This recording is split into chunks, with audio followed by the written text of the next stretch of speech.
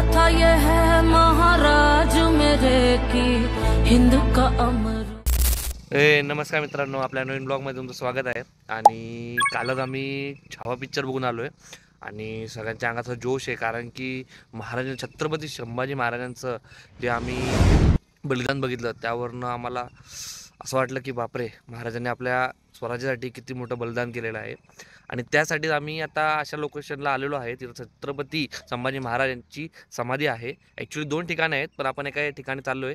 ठीक आहे, रस्ता तुम्हाला मी गाईड करेलच आणि पुढे गेल्यानंतर तुम्हाला मग पुढची माहिती देतो। ठीक आहे, चला पुढं। पुण्यापासून अगदी 30 किलोमीटर अंतरावर असलेले हे श्री क्षेत्र वडूबुद्रुक।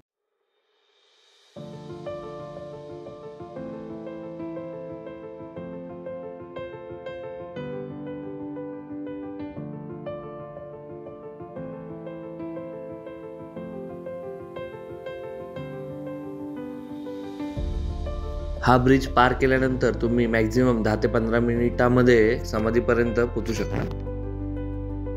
तिथं गेल्यावर समजलं की गर्दी खूप मोठ्या प्रमाणावर आहे आणि मुख्य म्हणजे तिथं भव्य रक्तदान शिबिर भरवण्यात आलं होतं। श्री क्षेत्र वडूबुद्रुक वरती खडे पसरले श्री छत्रपती शंभूराजांच्या पायी, तीच आम्हाला माणिक मोती दुसरी दौलत नाही। छत्रपती संभाजी महाराज यांची 2 समाधीस्थळे आहेत, वडूबुद्रुक आणि तुळापूर।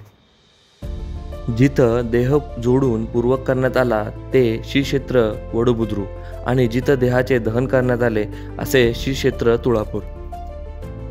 आपण जर छत्रपती संभाजी महाराज यांचा इतिहास लक्षात घेतला तर असे समजते, 1 फेब्रुवारी 1689 रोजी संगमेश्वर येथे छत्रपती शंभू महाराज यांना कैद करण्यात आली। नंतर त्यांना बहादूरगड म्हणजे सध्याचा धर्मवीरगड येथे आणले। 1 फेब्रुवारी ते 11 मार्च असा तब्बल 39 दिवसांचा अत्याचार। त्यानंतर त्यांच्या देहाचे अवशेष भीमा, भामा, इंद्रायणी या नदीत सोडण्यात आले। तुम्हाला तेथेच श्री कवी कलश यांची समाधी सुद्धा पाहायला मिळेल। 15 फेब्रुवारी 1689 मध्ये श्री कवी कलश यांनी गायलेले काव्य यावन रावण की सभा शंभू भैयो बजरंग, लहू लसत सिंदूर सम खूब खेलो रणरंग, जो रवि छबी लखत ही खद्योत होत बदरंग, तो तच तेज नहार के तत त्योज अवरंग।